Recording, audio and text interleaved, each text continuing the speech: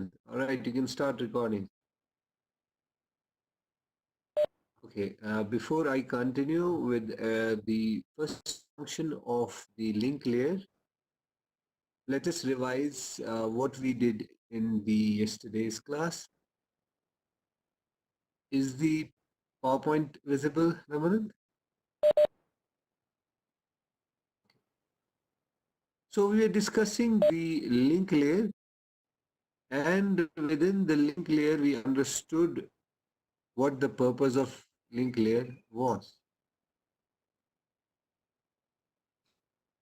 A part of link layer is available in the nodes that connect the source with the destination. When I say part of it is available, we say that switches have link layer, the routers have link layer. We took an example of transportation. We understood what link layer services are provided. First one with framing, then link access with reliable delivery, flow control, error detection and correction, and to some extent half and full defects as well. Where is link layer implemented? Link layer is implemented in network interface card, that is the adapter. Call them as Ethernet card, 802.11 when we have Wi-Fi card, chipset, and so on. We also saw that there are two ends for it.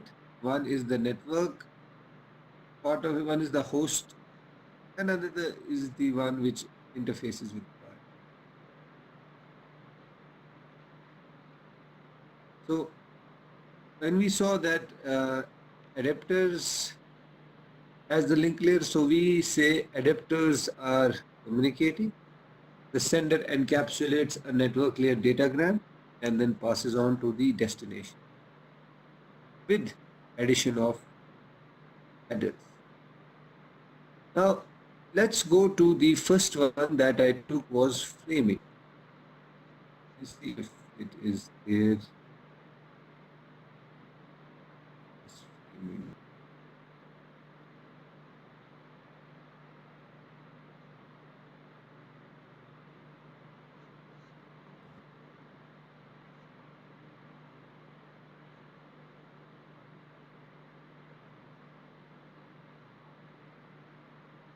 Okay.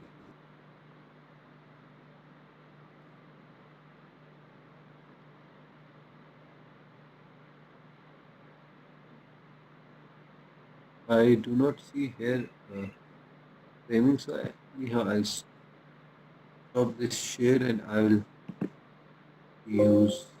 stop the video as well so that I can use the whiteboard without any lag.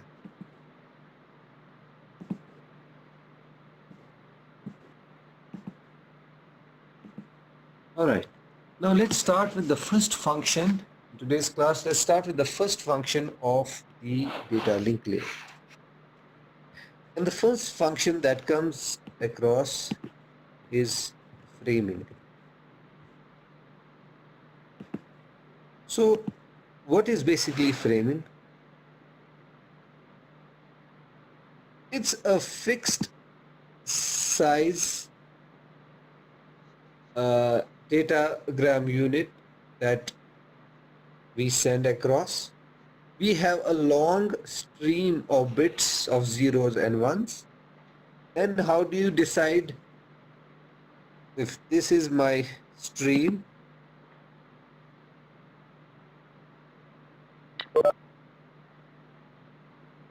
Then how do you decide that within this, okay, this would be one frame, here this would be another, and then I would have another one.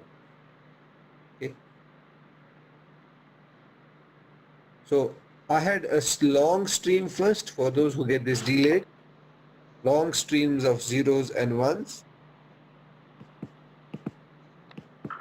And then this long stream was broken into this as number one, number 2, and number 3.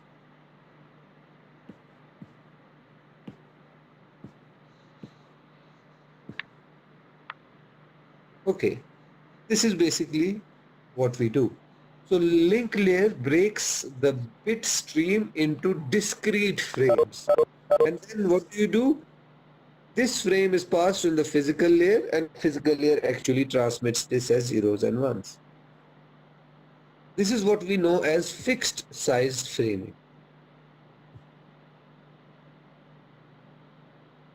We can have variable size as well, and so on. Then once this is made, a frame is made, a checksum is computed, and the frame is sent across. Then once the receiver receives this frame, it calculates the checksum once again, and then sees based on that checksum whether there has been an error or not. How do you actually create these frames? How does DataLink create the frames? To understand this, let us see first one, how frames are created. I'll write the title of this one as breaking into frames.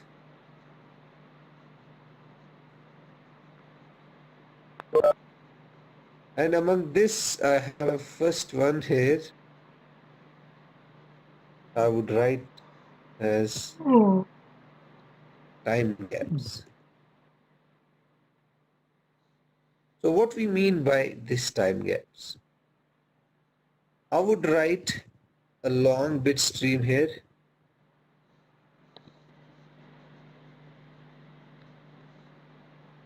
Here, this one. And within this bit stream now,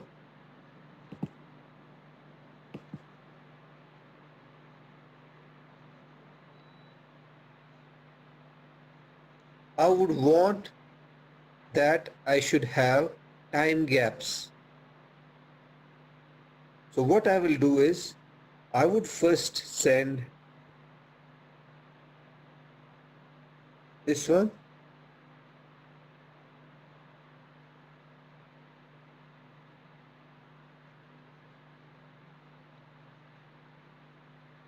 put some gap in between, then start the next one.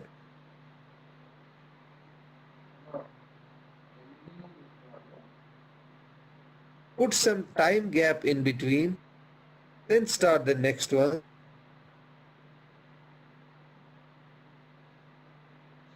And then start the first one.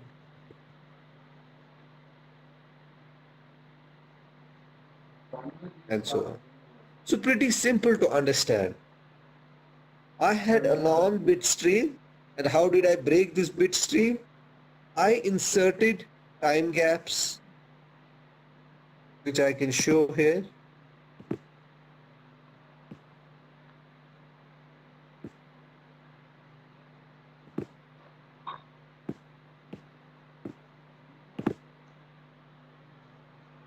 This is insertion of time gap.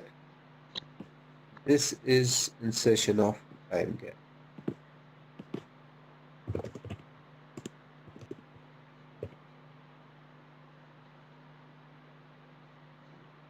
Now, this seems okay. However, this doesn't work fine. Why? Because it's like, spaces in the text like I have done. Likewise, instead of spaces, you have a time gap. You send the first part, then second and. But the problem here is that there is no guarantee of timings. Because of no guarantee of timings, we cannot use this method. If in case the first packet that we have here gets delayed, the second one arrives, this time gap is finished. So this doesn't work well. Then we have the second one. For those who came late, we are discussing this time framing. And now we have reached breaking a stream, a packet into frames, a long the long bits of ones and zeros into frames. The first one is time gap. The second one is character count. What is basically this character count?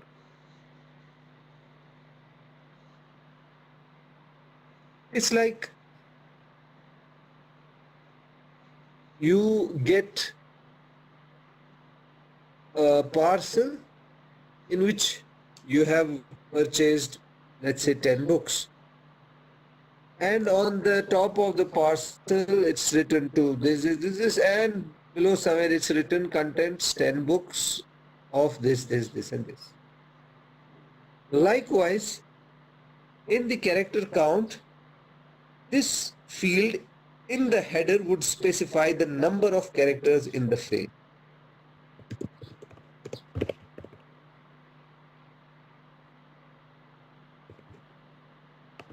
The number of characters in the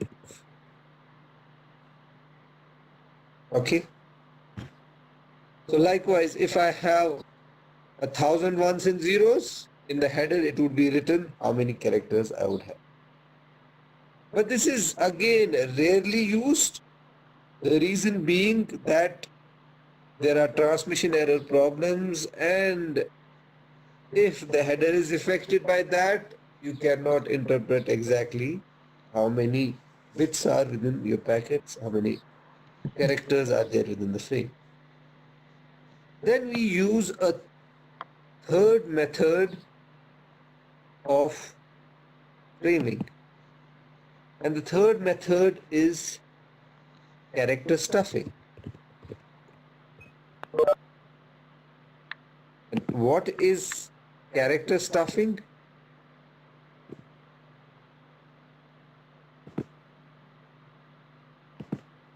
Character stuffing here means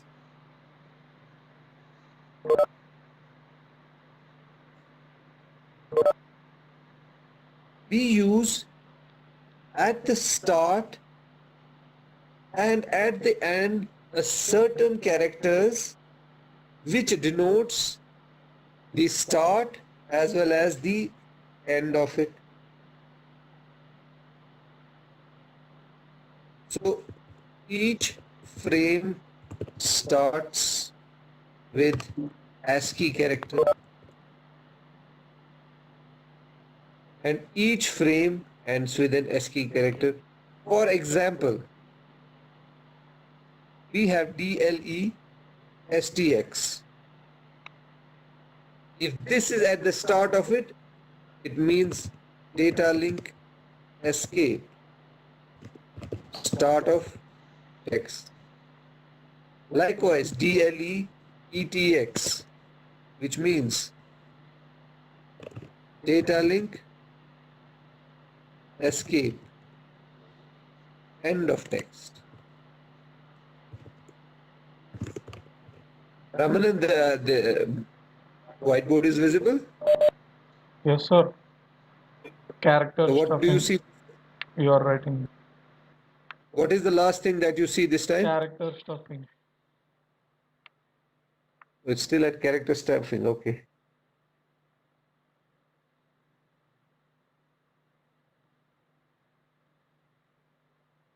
What is it showing now? Yes, sir. Now it's update. Example: DLE ETX. Data link escape. End of.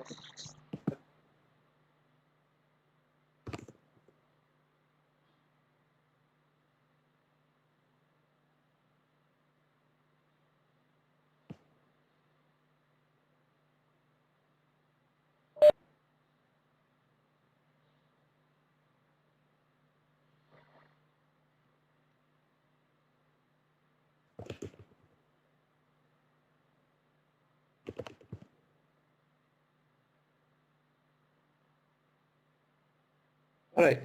Then I have with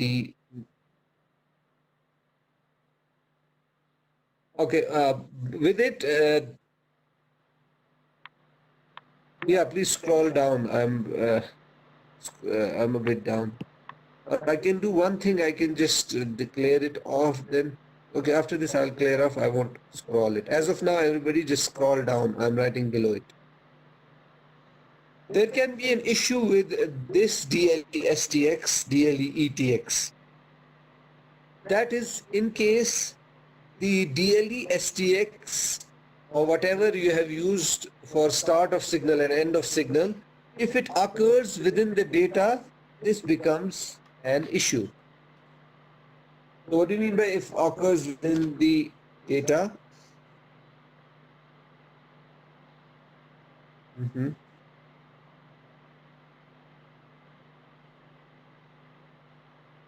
Okay, right. The drawback of the character count method is that if the destination loses synchronization, first let's see the advantage of it. Because we don't have time gaps, we don't have count of it. So if destination loses the synchronization, then destination would look for DLE STX, DLE ETX to denote where is the start, where is the end of the frame. But the problem here lies that there are possibilities in which this DLE STX and DLE ETX would occur within the data. So this can interfere within it, and that's why we here mention it, we stuff with characters. That is what we have as character stuffing. And what do we stuff here actually? The sender would send a frame wherein it would send an extra DLE just before the DLE within DLE STX that comes within the text.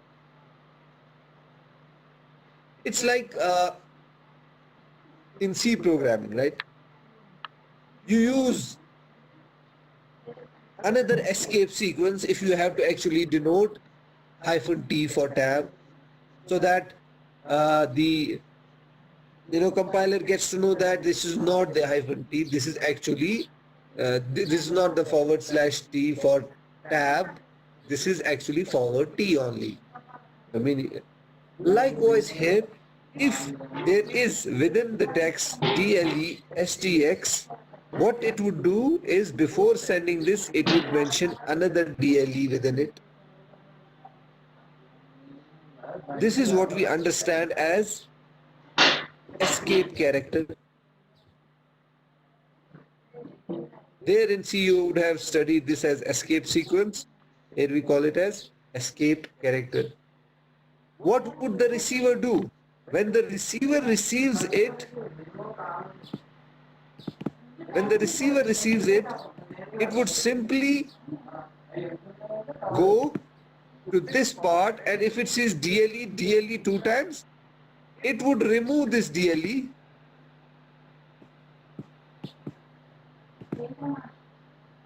It would understand this DLE STX is not the end of frame, it is a part within the frame.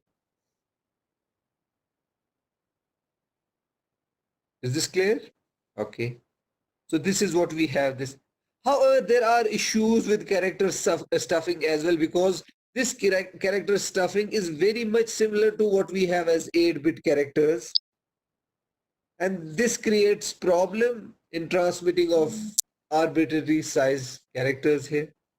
Then what do we do here instead of that? We go on to the next one, which we call as bit stuffing.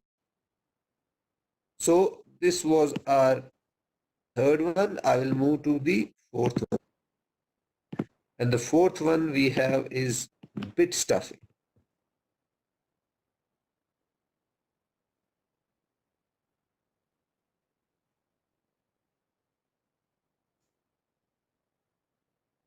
This method allows the data frame to contain a certain arbitrary number of bits and allows the character codes with these arbitrary number of bits per character.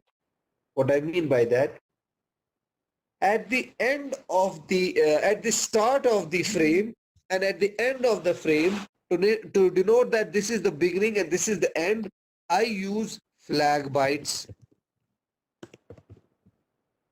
It's like you have a red flag at the beginning and the green flag at the end. Or let's say green flag at the beginning and red at the end. Green denotes that, okay, it's coming, and red denotes it is ending. Like we use DLE STX, but we would remove this DLE STX. Instead, we would use a flag byte, which consists of a special bit pattern. And what is this special bit pattern? It's 0, 1, 2, 3, 4, 5, 6, and 0.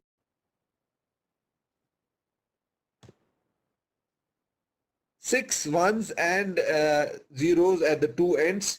This creates one byte, that is a flag byte. So when the sender sends the frame, it puts before the data this 0110.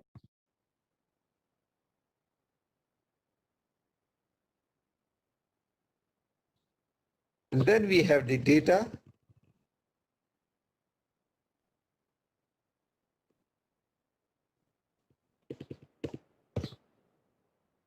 So Viksha, what do you see this time? Still as in, what was the last thing that was displayed? You can use the microphone. Sir, it's character stuffing. Still at character stuffing. How about Ramanan?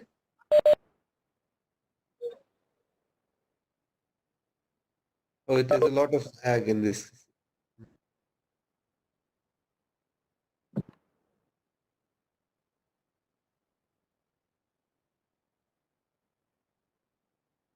I've already written 5-6 lines after that.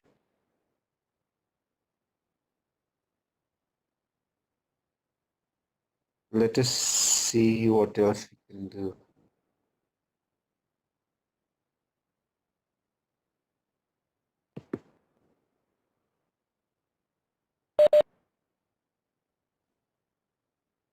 What is the last thing that you see?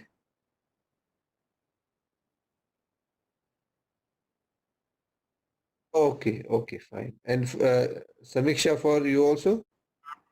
Yeah, sir. Okay, fine. Let me explain then this thing again. So we were discussing bit stuffing, right? What we did in bit stuffing, we used a byte in which the pattern of 8 bits is 0, then 6 ones and 0 again. This forms a flag denoting this is the beginning, and the same bit is put at the end of the data denoting that this is the end. This is flag byte at the beginning, flag byte at the end.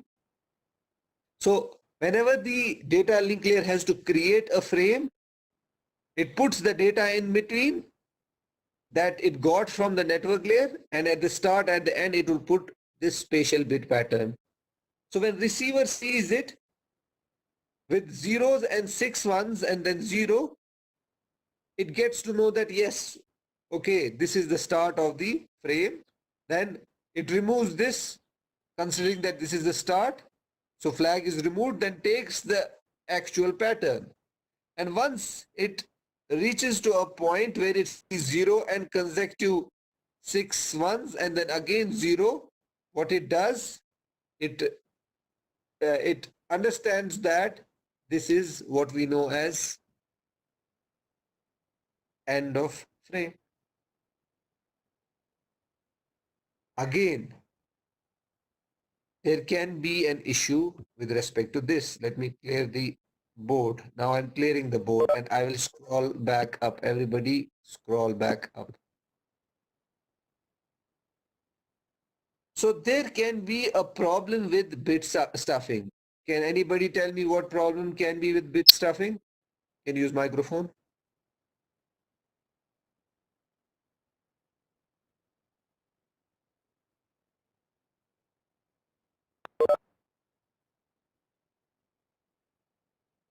Any issue with sending this stuff and the last one, flag byte? No? Exactly, Abhishek, you're right. There can be a similar data byte. Good. So a point for you, Abhishek. +1. Like we had in the character stuffing, we can have a problem here in bit stuffing as well. That in between the data, it is very much possible that the data constitutes 0, 5, 6 ones and 0 at the end as well. So this is where the name bit stuffing comes. And what would we do within this bit stuffing? So whenever the sender has to send the data,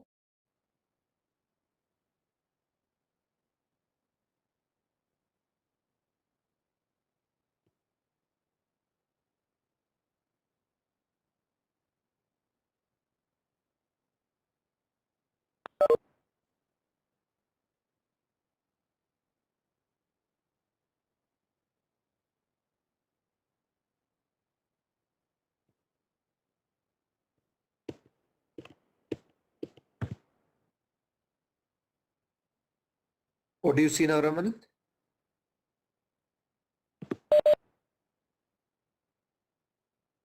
Okay, fine. So Miksha, you also say the same thing? Yes, sir. Okay, fine. So I have this bit pattern in which this is my end of signal, this is my start signal. Fine. Now within this, how do I do bit stuffing? In bit stuffing, if I have a stream here 01100, at one point I had in original or let me just I'm clearing this one, I write a new one. I'll first write an old one and then I'll write a new one.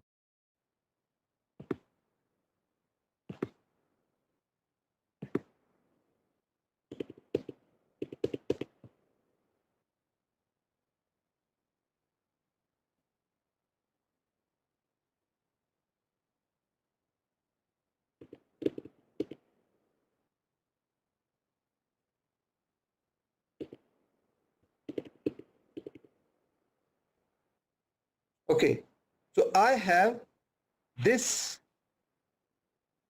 as original stream that I'm supposed to send. But the problem with my original stream is that at one place I have 6 consecutive ones and zeros and 0 before it. So this, if it's sent like this, the receiver would understand that, oh, this is the end of the end of the frame. So it will stop here. But actually this is not. This is just that within a frame, it encounters this type of data. So what it does, I would have this start and end.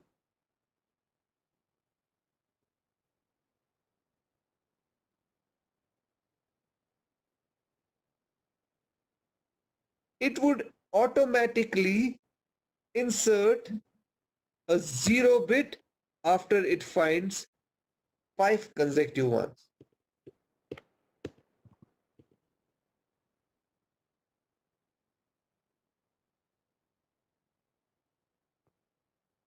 So let us see the difference here.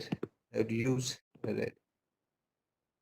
In this case, I have at this point 1, 2, 3, 4, 5, 6, 6 ones. So this is my start here. I have written S here, and this is the end of the frame. This is my flag for start. This is my flag for end.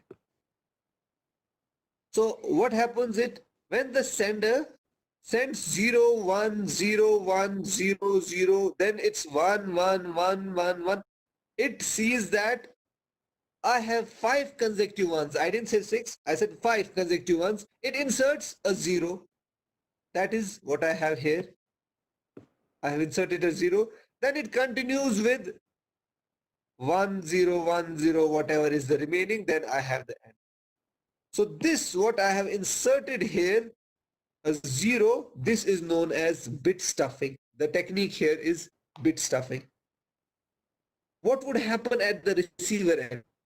Whenever the receiver receives this bit pattern, okay, it would first take this start, it would remove the start flag, fine. Then it would start with 0 0 1 0 1 0.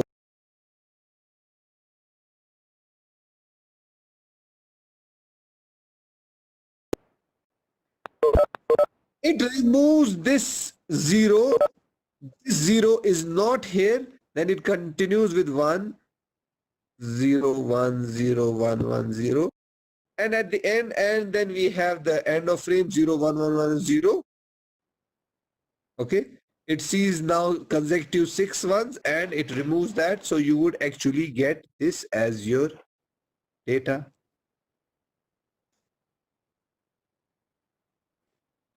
This way, the boundary of the two frames can be determined simply by looking at the flag pattern. So the flag pattern can be what I have shown it here. And if there is occurrence of the flag in between, what it does, it would simply insert a 0 after 5 consecutive ones. The receiver, when it sees 5 consecutive ones, it removes that 0 and continues with the rest. And if the receiver sees that there is 0 and 6 continue ones and then 0, it automatically would understand this is the end of the frame. This is how it works. Any question for it?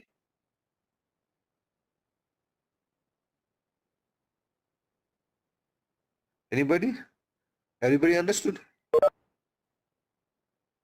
There can be a question here. What if I only have 5 consecutive ones? I do not have 6 consecutive ones. In my data, I have only 5 consecutive ones, but the flag is supposed to have 6 consecutive ones. Do I still insert a 0 here? What do you think?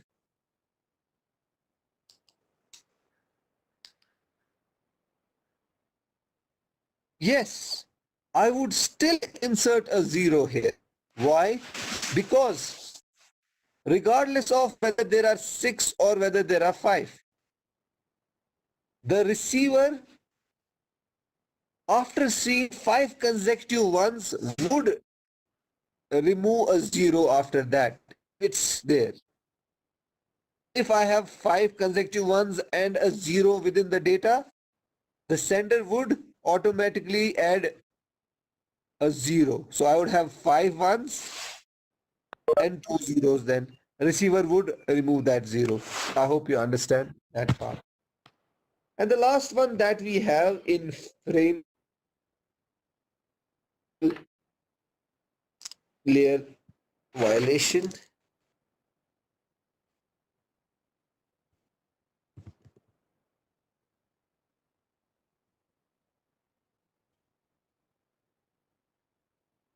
Now this is applicable to those networks in which encoding is done on the physical medium which contains some redundancy.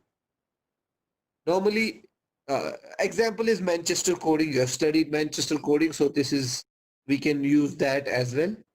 We can use combinations of, normally, you know, a bit is a high-low pair in which there is 1.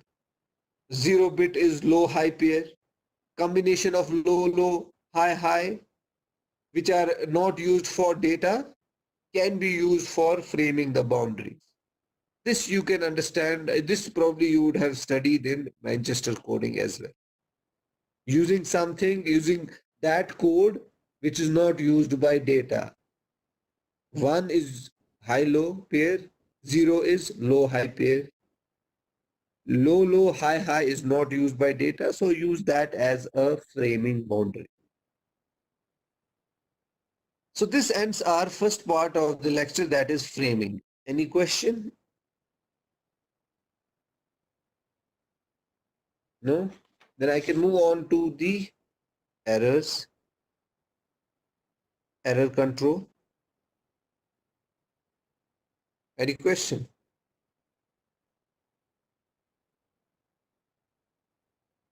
Let me go to the part of error.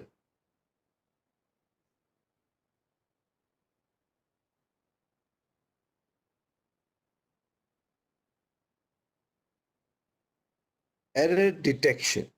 So yesterday we saw the function.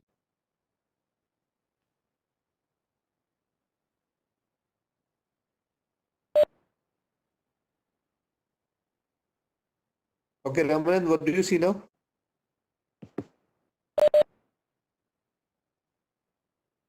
Okay, fine. Others as well, Mahreen, Samiksha.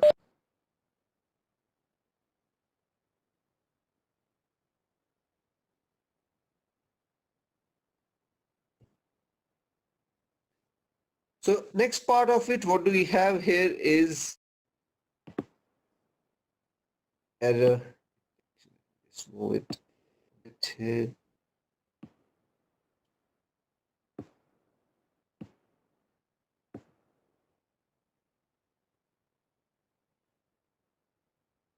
A function of a data link layer we saw is error control as well.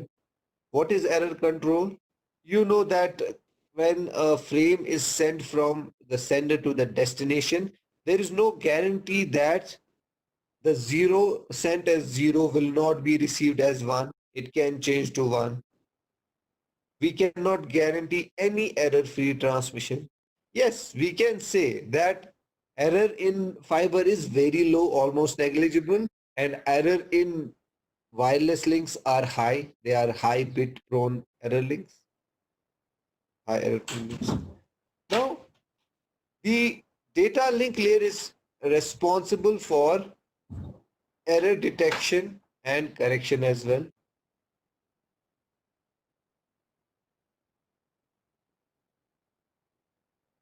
Normally and commonly that we see, the common method is in which the data link layer computes some checksum, adds that checksum to the header and sends it across. The checksum is then verified by the receiver, and if everything is fine, it is okay. There can be two types of error detection and correction mechanisms. One is error detection, in which receiver would only get to know whether there is error or not.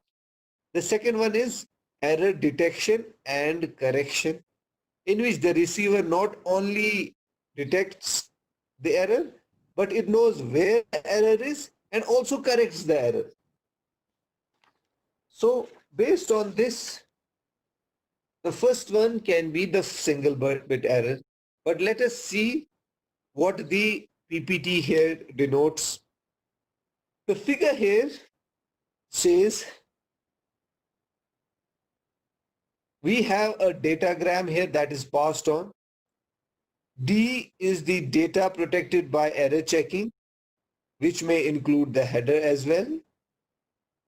And then we have the error detection and correction bits, EDC. This is sent across the link, which is an error prone link.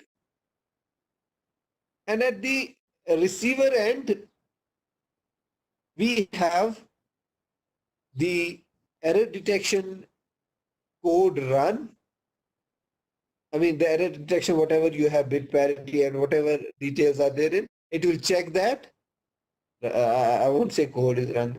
It will check that and then it will verify whether there is error or not. If all the bits in D, that is the data, is okay, then it passes on to the higher layer, the network layer. If it doesn't, then error is detected. And what it does, whether it corrects it or whether it discards it and tells the sender to send again, this can be done. This is basically how the error detection works. Like I said, in high error prone links, we need it. If we have this within, if we have this used within fiber, it is an unnecessary overhead when you know that error is almost negligible. In some cases, error detection code by itself can decide that I have an error, I discard it. Then what the sender does, sender would send it again. In some cases, error detection mechanisms works in such a way in which it detects where it is and then corrects it. So the first one, before I start with the parity one, we'll first try to understand the errors that we get. We saw impairments last time. This time, let's understand what is an error. So any unpredictable change due to interference causes error within the data. What it does, it changes the shape of the signal, the interference. And it can lead to two things. The error can lead to two things. Let me annotate on this. I have text. So I am writing something in the red here. So I can have number one as single bit error. Ramanand, can you see what I'm writing here on the slide in the red? Now what am I writing now? Oh, good. That means if I write on a PPT, it's faster. Others also saw the same thing? Yes, sir. Good. Good, Raheen. All right, that is nice then. I think I should do this. I would annotate on a PPT. It works faster that way. And what is a single burst error here? Single burst errors by the name itself means that only one bit in the data, that the given data is having an error, whether the data is a byte, a character, a packet, whatever it is. The second one is burst error, which means two or more bits within the data unit have changed from 1 to 0 or 0 to 1. Normally what happens is burst error would occur. Why? Chances is that when interference occurs, interference has some duration. During that duration, whatever you are transmitting, chances are that they would have error. For example, if you are sending a data at the rate of 1 kbps and the noise is of 1 by hundredth of a second, it can affect 10 bits. Okay. Now obviously our speeds this time are better, not just 1 kbps. The same thing, send the same data at the rate of 1 mbps. This would have an effect on 10,000 bits at the same time.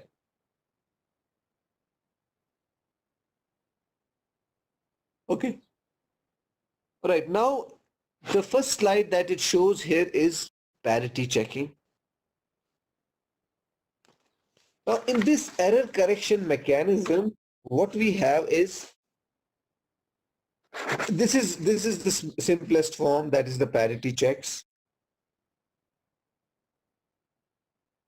On the left hand side, we have 1D parity check. On the right hand side, we have 2D parity check.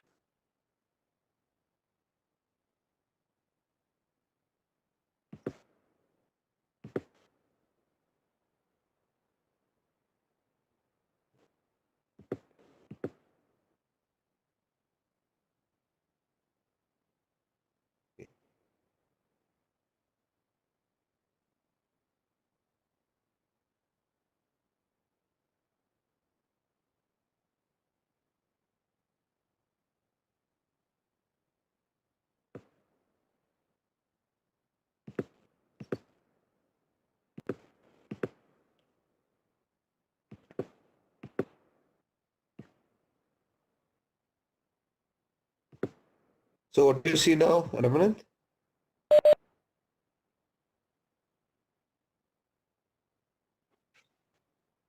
Okay, fine. So I would use this as the whiteboard here. So the first one we are doing is parity check. Now I want this first to explain what is 1D parity check, then I'll use 2D parity check. There is even parity or odd parity. Let's say in even parity. In even parity scheme, the sender includes one additional bit.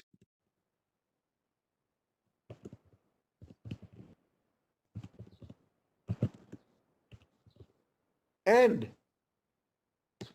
how is the value chosen of this bit? The value of this bit is chosen in a way so that the total number of ones is even.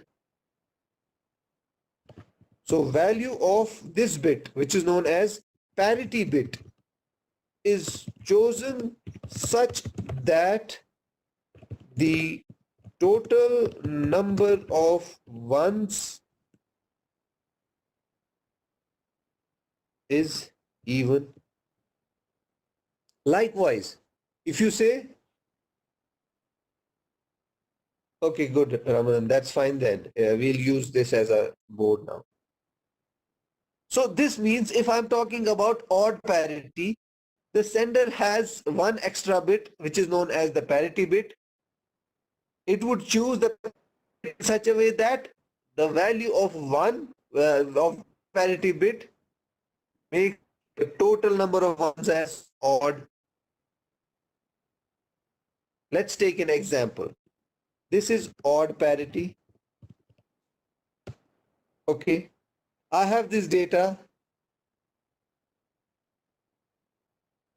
Okay. And then I have a parity bit. I'm using odd parity.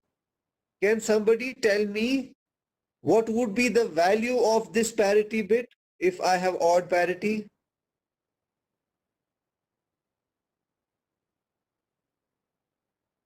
Yes?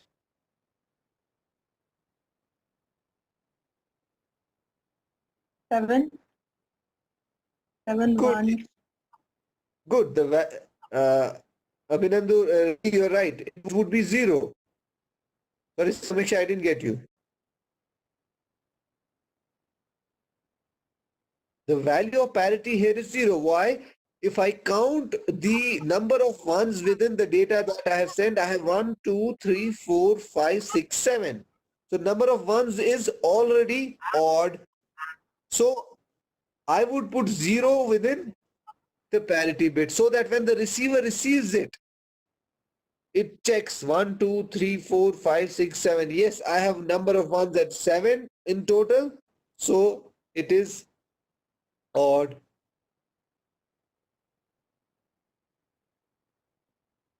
Now what can happen is if an error occurred while transmission of this, 1 became 0. In that case, the receiver would count it and find that 1, 2, 3, 4, 5, 6. There are 6 ones. But I am using odd parity. I got even number of ones. It denotes that error has occurred. This is how it basically works. So this is my data.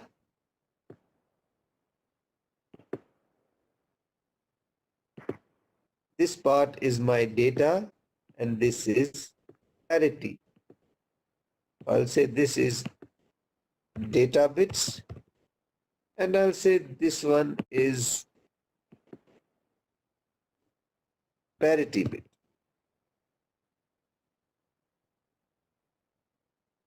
But the problem with this is burst errors. This would work fine for a single bit error. But when I said that when we send the data, it's not always that it happens like that. There are much more chances that burst errors would occur. In that case, what happens is this might not work. because even after having errors in many bits, the parity may be odd still. So then what do we do here is we use in this case a 2D parity. And what is the 2D parity?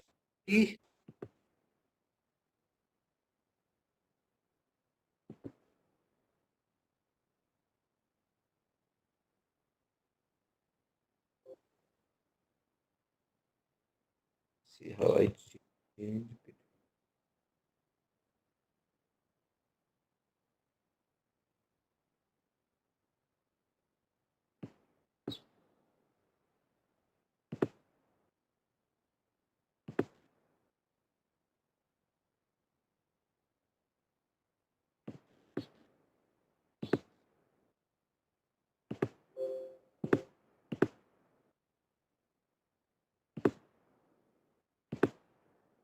Okay.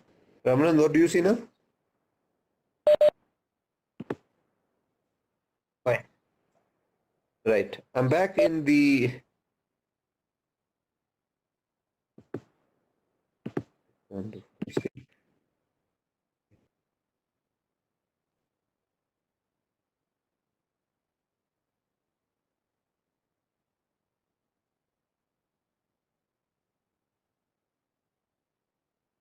now looking at this, the problem we saw just now in 1D was detecting multiple errors.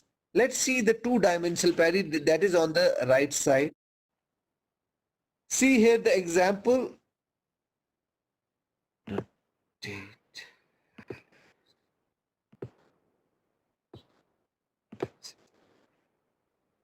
So the solution here is what we know as 2D generalization of single bit parity.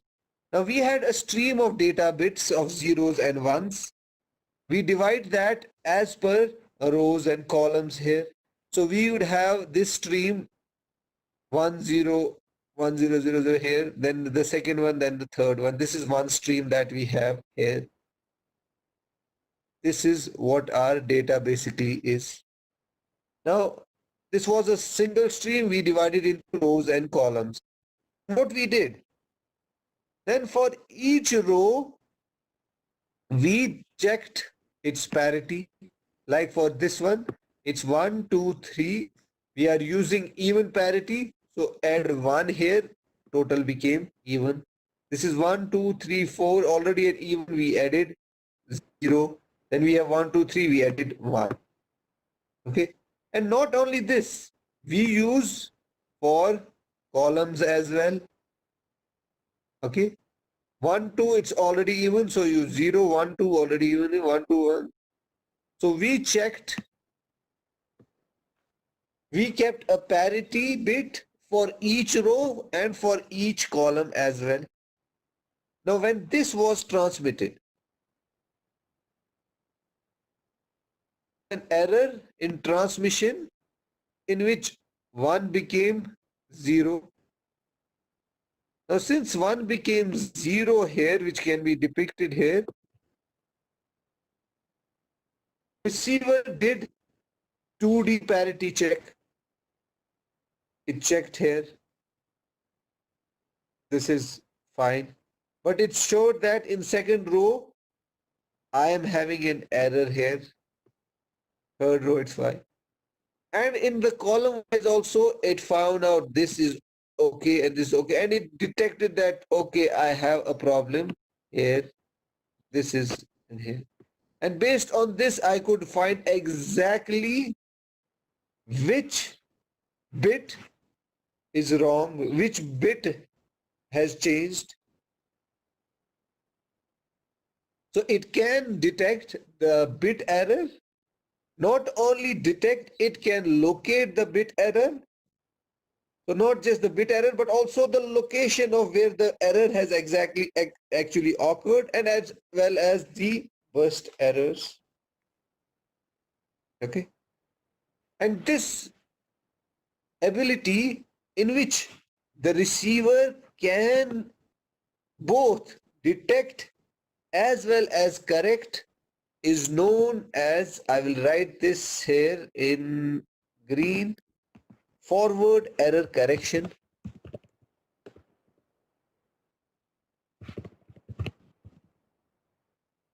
I repeat, the ability of the receiver to both detect and correct error is known as forward error correction.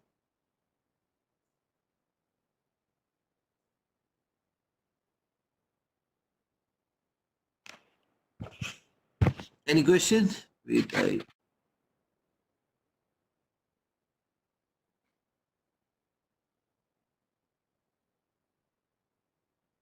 no?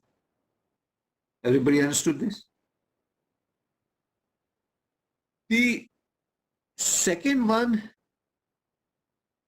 let's see what we have, is internet checksum that is given here. I'll clear the annotations that I had done previously.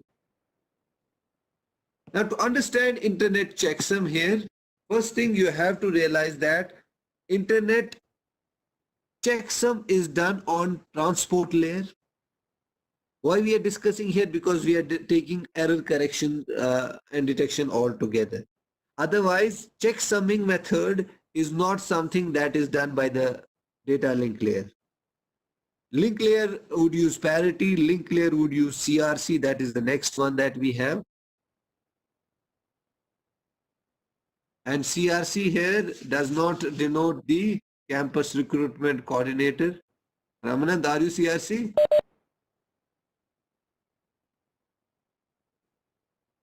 Okay. But here CRC denotes cyclic redundancy check.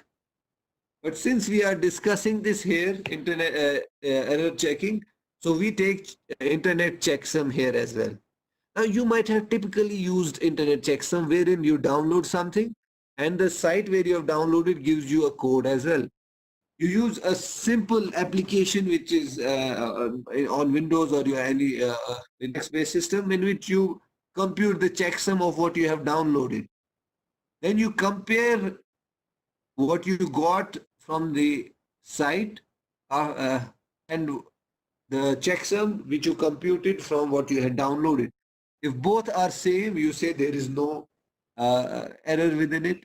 If there is a problem within it, then you say, oh, your data has some error.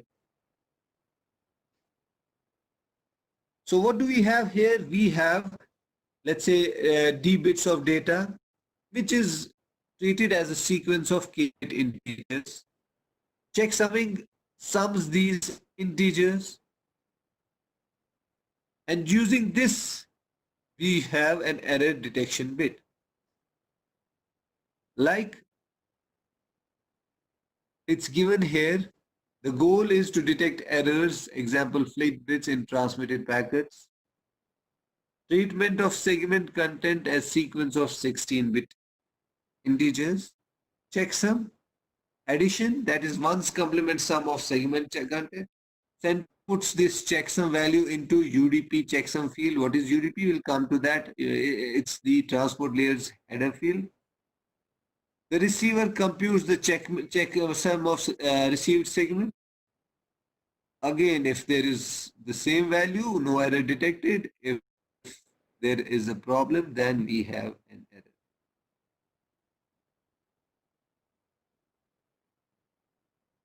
So this is what we have internet checksum. Bytes of data are treated as 16-bit integers. And what do you do with them? You sum them. One's complement of this sum forms internet checksum. Where do you keep this one's complement? You keep it in the header. Then you send the frame across. The receiver receives it. The receiver checks the header and gets one checksum. The receiver checks the checksum of the data by taking one's complement of the sum of the received data, including the checksum as well. Why? Because within the checksum also an error can occur. It checks whether the result is all 1 bits, and if any bit is 0, error has occurred. This is good because it relatively requires little packet overhead. For this understanding this internet checksum and CRC, I will provide you a link within the class that might help you. probably a video. And like I said, checksum in UDP and TCP, that is the transport layer, would be only 16 bits. Another comparison between the parity and CRC, that is of the uh, link layer, with this internet checksum, what we are discussing is that, yes, this is transport layer to our link layer, but transport layer checksum is implemented in software within the node. Whereas the parity, the CRC that we have in link layer are implemented in the hardware, that is the adapter or NIC. Okay.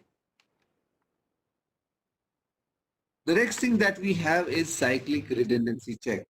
And after this cyclic redundancy check, we'll take a bit about, block coding and having distance, which probably you might have studied, but still we'll take a bit of it to understand redundancy in coding. And after CRC, we'll be done with the type of errors. Then we'll take multiple access protocols. Okay. I'll stop here. This would be our today's class. But before we leave, I would like to know what is the status of the installation. Everybody have installed?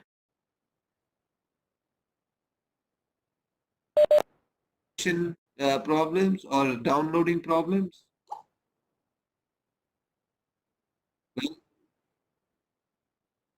Yeah, I understand because of 2G. Yes, I do understand that. We'll try to see what we can do. Yes, Linux system, Rahul, I saw. Problem is that the Linux one is paid. You would need a virtual box. You would have to install Windows parallelly on it.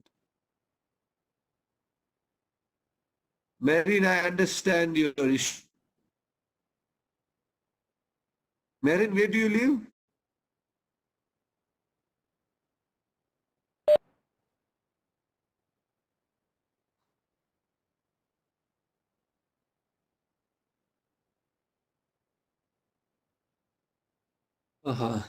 I managed to get myself, but I understand this time it's Samiksha. You also have a problem. Where do you live, Samiksha?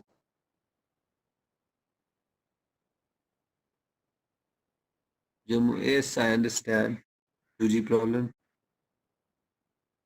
What we can do as of now then, I mean, there is a PPT, there is an explanation.